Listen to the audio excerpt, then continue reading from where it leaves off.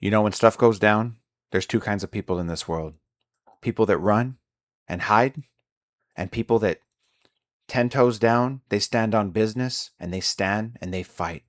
And Donald Trump, he's the type of man that will go out and build a $400 million East Wing, dedicate it to himself, and then build another bunker under it.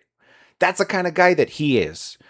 Oh my gosh. So this East Wing is also going to have a bunker under it because when he demolished the previous East Wing, it also had a perfectly well working bunker, which had been used multiple times by George W. Bush, Dick Cheney during 2001. It was even used by Trump. Apparently, Trump went in there and was like, it's not big enough. It's not huge. So he needed another one. So completely demolishes the bunker that was already there so he can build that ridiculous $400 million ballroom.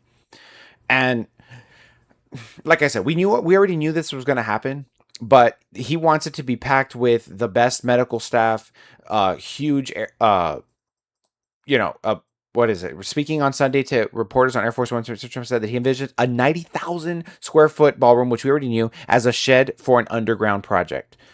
So he wants this thing fully stocked. The bunker will have bomb shelters and very major medical facilities, including a hospital. It will have the latest secure communication methods and defenses against bioweapons. So he's prepping, guys. This is a doomsday prepper that we got here in the White House. And I just feel like this is exactly what corporate demagogues always end up doing. Every time that stuff goes wrong, it's they leave all of the fallout from their bad decisions. They leave it all with their employees, with people on their pensions, with their significant others, with their kids, with anyone that they took advantage of while they were getting up to the top. And as soon as they start to slip off that cliff, they don't just drag anybody with them. No, they retreat back into a fallout shelter that they've created. It reminds me so much of the 2008 financial crisis when banks and mortgage companies and Wall Street were playing with everyone's mortgages and allowing everyone to have subprime mortgages and bundle everything together until the whole thing crashed down and people started losing their houses. And what happened with the people at the very top?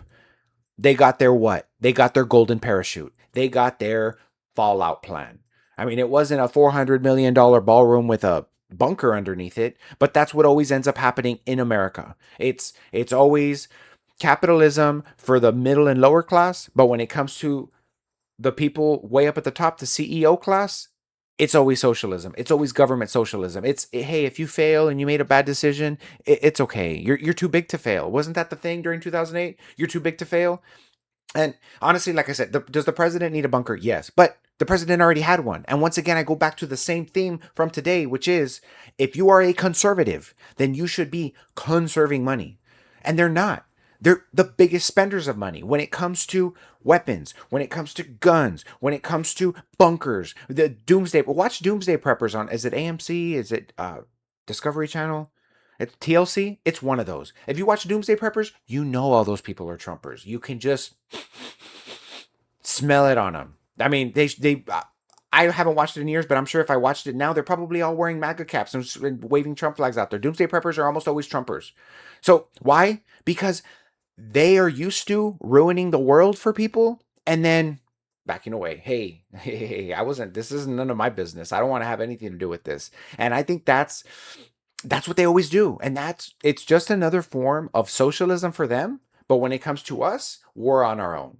And like I said, it happened during 2008. Everyone lost their houses, and the people at the very top, they got millions and billions of subsidies and payouts, and they just ran out the back door with all of their bonuses, and they left everyone else to go homeless, and all their other employees and people that lost their pensions and people that lost their retirement. Oh well, sorry, not my problem. And that's how Trump is going to be when he eventually breaks the country, and hopefully the country, if it does break, I hope it breaks when he's not does not have the protection of the underground bunker. Although I know when you're president, you end up having uh I was gonna say Social Security, but Secret Security.